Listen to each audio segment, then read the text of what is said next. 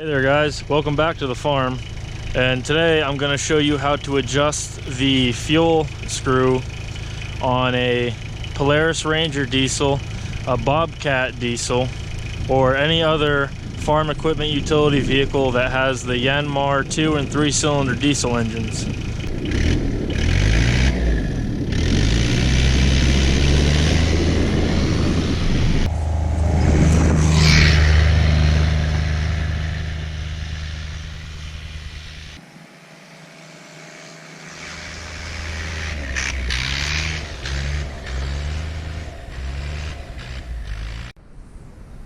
The general rule of thumb for turning up the fuel, people recommend doing 1.5 to 2 full turns on the fuel screw. I went 3 turns, and that's as far as I want to go. So since I don't have a EGT probe installed, I'm sure by watching this video you're probably like, wow, that smokes a ton, you're going to melt your pistons. The only time it smokes is when you step on it, and then once the RPMs ramp up, it clears right up. First, you're going to want to locate your fuel adjustment screw. The fuel screw is hidden underneath a tamper-proof sleeve that's done for warranty purposes, because obviously from the factory they don't want you in here screwing with this. So this right here is the intake. This is the top of the motor. Right here is the injection pump, and here's the fuel rails to the injectors. It's underneath the intake tube. It's this metal sheet right here, this metal sleeve.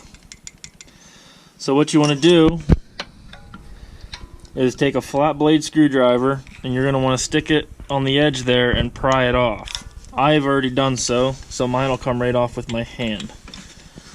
And this is going to reveal an acorn nut. Alright, so then you take a 17mm socket, or whatever size yours is, and you remove that acorn nut. And then once you remove this little acorn nut, you then have access to the fuel adjustment screw. So right here's what the fuel adjustment screw is going to look like. You're going to have there's going to be a small nut on the outside here with an Allen head screw in the middle. That is not the adjustment screw. The screw itself is this whole piece. Like these threads right here you see, that's actually a screw. You get I used a pair of pliers, but you loosen up, there's a lock nut right here underneath this lock washer that you loosen up, and then you could put a pair of pliers or even your hand depending on how loose you make it, and you turn this whole screw. I marked mine with a Sharpie, as you can see here on the side. So that's all you do, and then once you're done, you just put the acorn nut back on, and you snug it up, and then you're off to the races.